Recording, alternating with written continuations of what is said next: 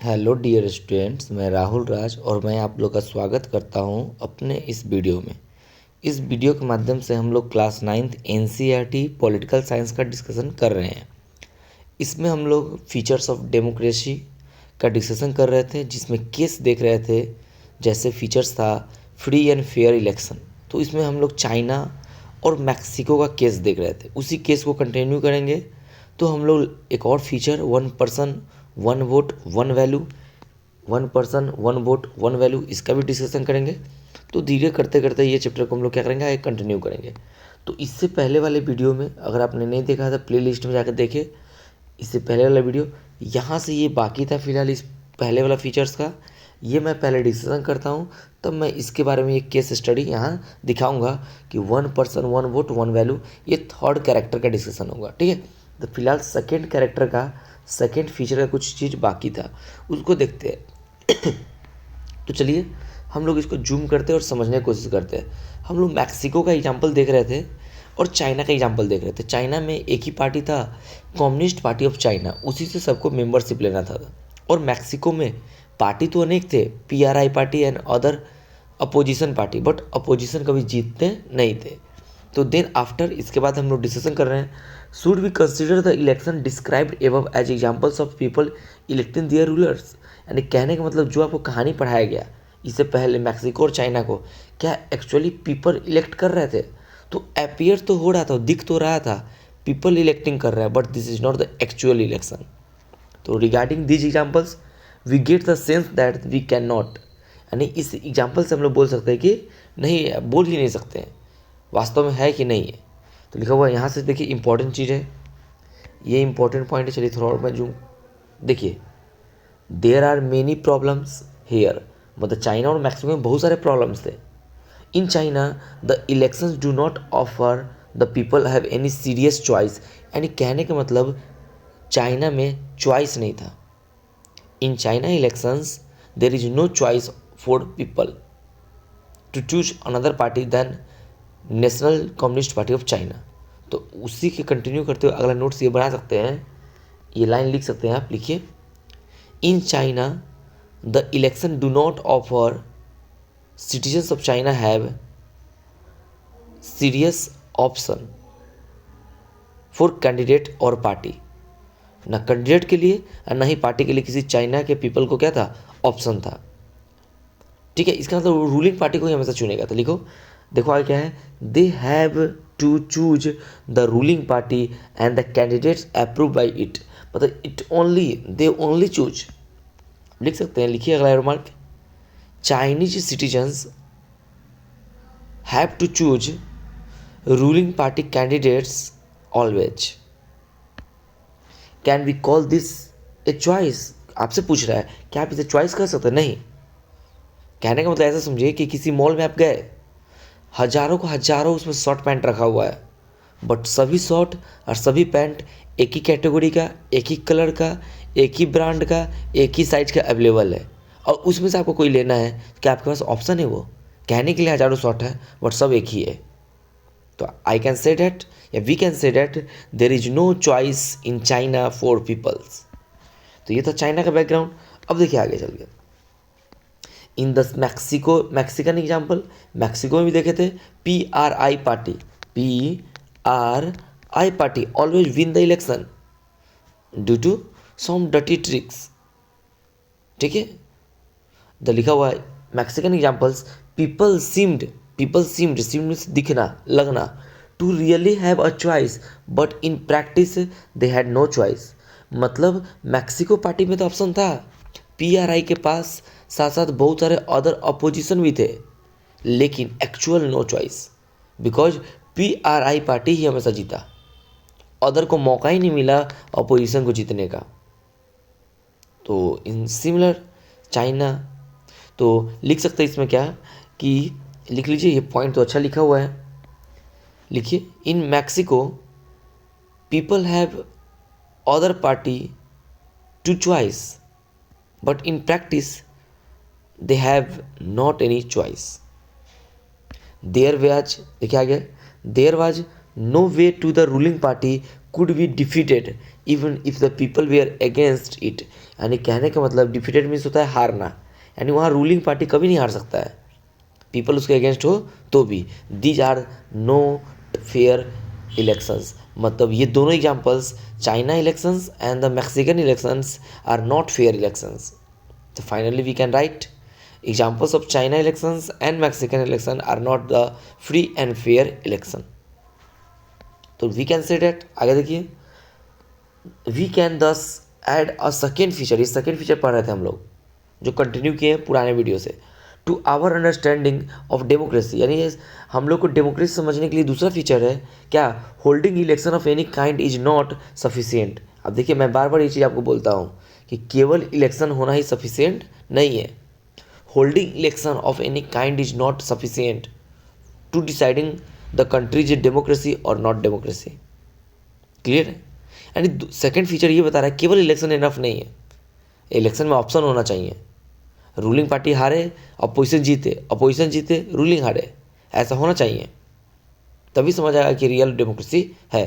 तो देखिए ये कॉन्सेप्ट समझ आएगा कि चुनाव केवल election is not sufficient, the elections must offer a real choice between the political alternatives, यानी इलेक्शंस में ऑफर भी मिलना चाहिए कि हमको चॉइस क्या करना है क्या नहीं करना है, and it should be possible for people to use this choice to remove the existing rulers, and also people के पास चॉइस होना चाहिए कि रिमूव कर दे, हटा दे किसको, एग्जिस्टिंग रूलर्स को, अगर अच्छा काम ना किया हो तब। भाई रूलर्स अच्छा होगा तो कौन हटाएगा इसको, कोई भी देश का पर्सन नहीं हटाएगा, सिटीजन नहीं हटाएगा, इफ़ दे विश सो, अगर वे ऐसा महसूस करें तो फाइनली आप यहाँ क्या कर सकते हैं, नोट्स में सुनिए बता रहे हैं, फाइनली नोट्स में आप यहाँ से लेकर यहाँ तक का पॉइंट नोट कर सकते हैं नोट्स में, ये पूरा कि इलेक्शन ऑफर करे पॉलिटिकल पार्टी को अल्टरनेटिव्स, मतलब एक आए दूसरा आए, एक आए दूसरा आए, अगला अगला बार, एंड पीपल रूलर्स पार्टी को भी क्या कर दे, डिफीट कर दे, हटा दे, रिमूव कर दे।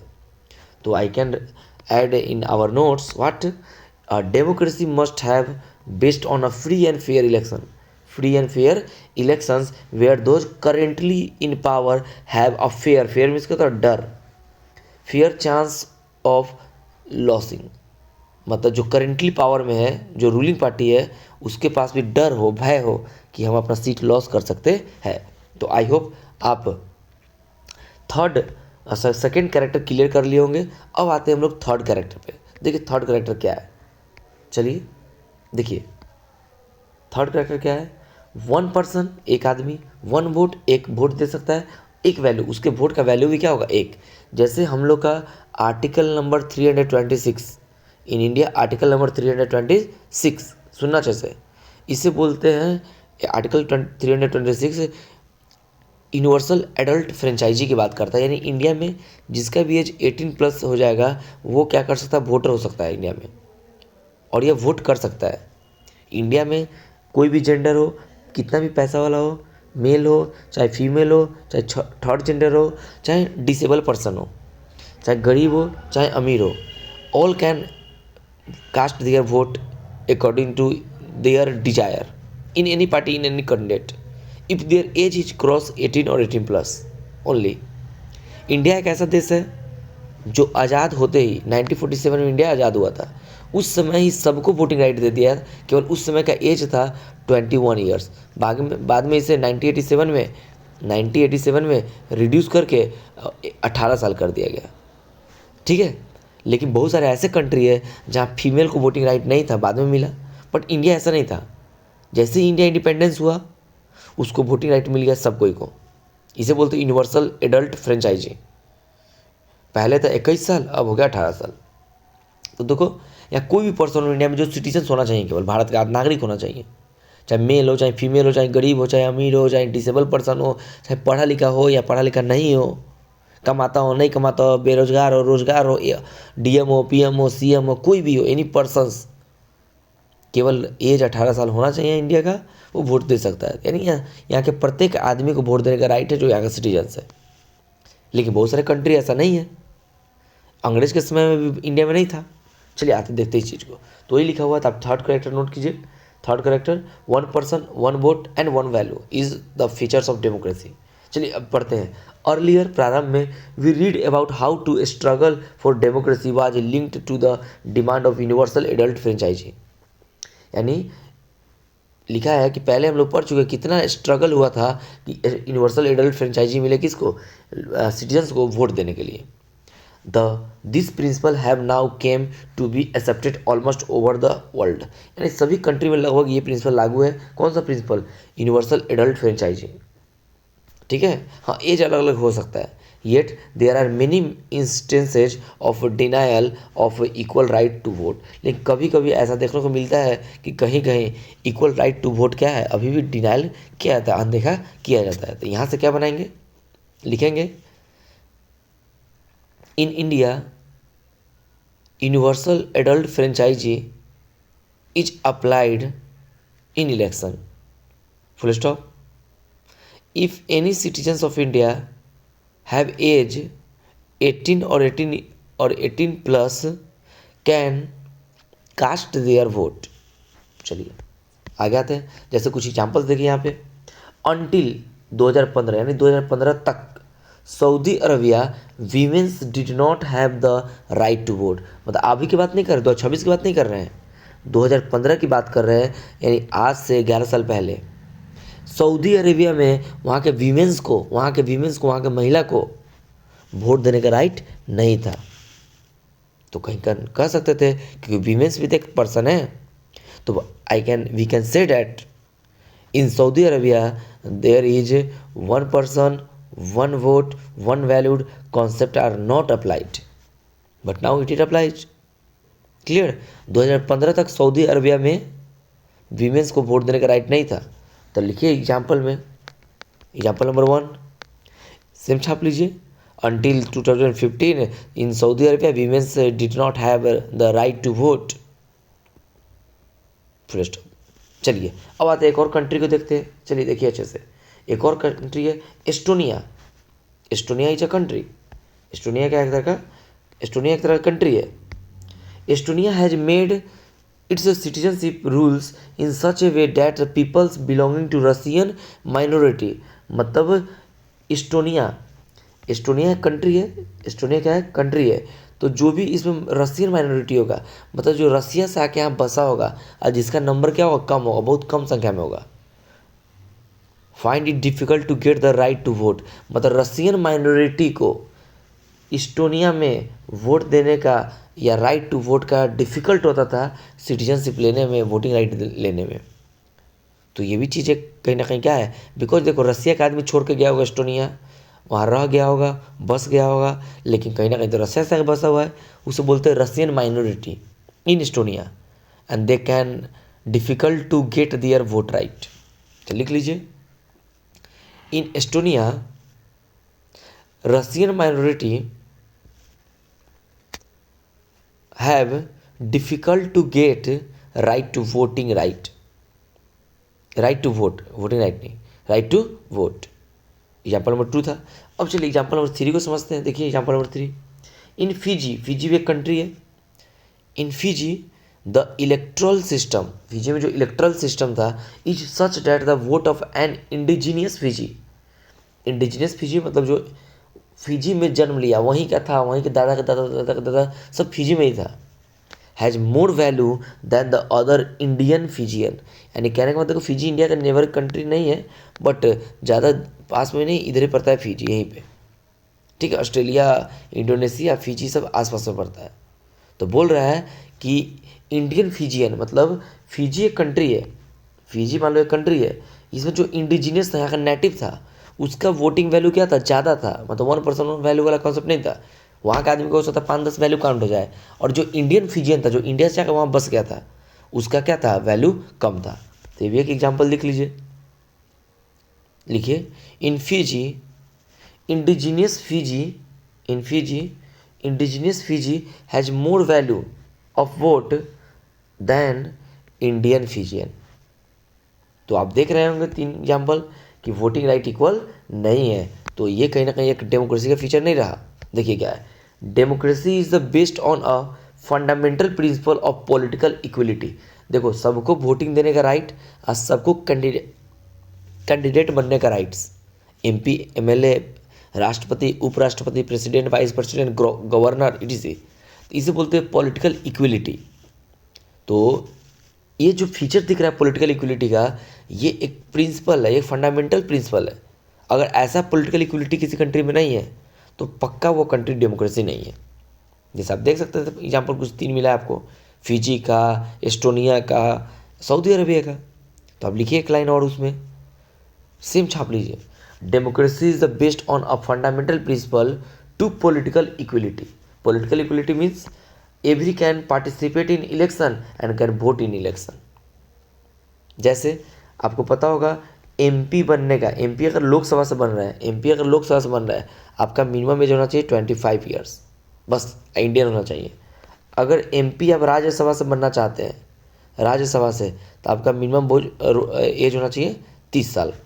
अगर आप एमएलए बनना चाहते हैं, मेंबर ऑफ लेजिस्लेटिव असेंबली, तो भी आपका एज कितना होना चाहिए, 25 साल होना चाहिए। अगर आप member of legislative council, MLC बनना चाहते हैं, तो भी आपका एज कितना होना चाहिए, 30 साल। अगर आप प्रेसिडेंट या वाइस प्रेसिडेंट या गवर्नर बनना चाहते हैं तो आपका एज होना चाहिए 35 साल मिनिमम। अगर आप एक मुखिया बनना चाहते हैं, मुखिया यानी प्रधान बनना चाहते हैं, तो आपका एज होना चाहिए मिनिमम कितना, 21 साल। वार्ड कमिश्नर, वार्ड पार्षद, मुखिया, मेयर, इस सब के लिए 21 साल। अगर आप वोट देना चाहते हैं तो आपको 18 साल होना पड़ेगा कम से कम, और इंडियन होना चाहिए।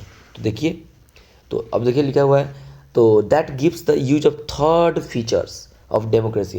एंड तीसरा फीचर क्या है डेमोक्रेसी का, तो लिखो क्या लिखेंगे इन डेमोक्रेसी, और सॉरी इसे लिखा in a democracy each adult citizens, adult मतलब वहाँ के अकॉर्डिंग 18, 21, 19, 20 जो भी हो, बट इंडिया में 18 प्लस है। In a democracy each adult citizens must have 1 vote and each vote must have 1 value. मतलब सभी को एक वोटिंग राइट हो, मतलब एक बार ईवीएम दबा सकते हैं और उसका एक काउंट होगा, चाहे वो अंबानी हो, अडानी हो, चाहे पीएम हो, चाहे सीएम हो, चाहे डीएम हो, चाहे प्रेसिडेंट हो, उसका ही बटन एक बार ही दबेगा और एक काउंट होगा। तो आई होप आप ये तीसरा फीचर समझ गए होंगे। तो देखिए स्टूडेंट्स, मैं एनसीईआरटी डिस्कशन कर रहा हूँ। देखिए अब जो रह जाएगा ना एक और वीडियो, वहाँ मैं पढ़ाऊँगा 4th फीचर ऑफ डेमोक्रेसी। ठीक है, ये 4th फीचर्स मतलब रूल ऑफ लॉ, यानी all are the equal before the law, मतलब कानून के नज़र में सब बराबर है। रिस्पेक्ट फॉर राइट्स, मतलब जहाँ fundamental rights, natural rights, human rights, ये सब का प्रोटेक्शन होना चाहिए, रिस्पेक्ट होना चाहिए। और मुझे बोलने की आज़ादी है तो मैं जिस देश में बोल पा रहा हूँ वो देश डेमोक्रेसी होगा। केवल कह देने से डेमोक्रेसी नहीं होता है, कुछ दिखना चाहिए, वहाँ कानून का शासन चलना चाहिए, सभी को के साथ इक्वल ट्रीट होना चाहिए। तो ये चीज़ हम लोग समझेंगे 4th फीचर में, और उसको डिस्कशन करेंगे। यहाँ भी एक केस दिया गया हुआ है कुछ कंट्री का, देखिए इतना बड़ा है, तब इसके बाद हम लोग ये डिस्कशन कर लेंगे। उसके बाद हम लोग पढ़ेंगे फिर से एक डिफिनेशन ऑफ डेमोक्रेसी। तब देखिए आगे क्या है डेमोक्रेसी के बारे में, ये डिबेटिंग है, मतलब ये हम लोग देखेंगे। ये देखेंगे आर्गूमेंट अगेंस्ट डेमोक्रेसी, मतलब याद रखिएगा हर एक चीज़ का एक विपक्ष होता है, एक पक्ष होता है, अगेंस्ट भी होता है और फेवर भी होता है। ठीक है, तो डेमोक्रेसी के अगेंस्ट क्या है कुछ यहाँ देखेंगे, डेमोक्रेसी के फेवर क्या है तो कुछ और देखेंगे। मतलब डेमोक्रेसी अच्छा है तो क्यों, बुरा है तो क्यों, और फिर उसके बाद हम लोग देखेंगे ब्रॉडर मीनिंग ऑफ डेमोक्रेसी, यानी डेमोक्रेसी का ब्रॉडर मीनिंग क्या निकला, केवल इलेक्शन से डेमोक्रेसी नहीं होता है। तब फाइनली चैप्टर क्या होगा, इंड हो जाएगा। थोड़ा लॉन्ग चैप्टर दिया है 9th क्लास में। हाँ, अगर आपके कोई कलीग या आपका कोई दोस्त या आपके कोई घर में क्लास 10th में पढ़ते होंगे तो इस यूट्यूब चैनल पर क्लास 10th का भी वीडियो बनकर डलाता है, वहाँ भी पॉलिटिकल साइंस चल रहा है, तो उनको बोलिएगा देखने के लिए। आप उन्हें लिंक जरूर शेयर करें, कोशिश करें अपने हर एक मोबाइल से यूट्यूब से मेरे यूट्यूब चैनल को सब्सक्राइब करें, जिससे मैं आपको लाइव भी आके थोड़ा पढ़ा सकूँ, मेरा चैनल भी प्रोपागेट करें और अच्छे से अच्छे मैथ साइंस सबका वीडियो आपके लिए डाल सकूँ। ठीक है, मिलते हैं अगले वीडियो में। जय हिंद स्टूडेंट्स।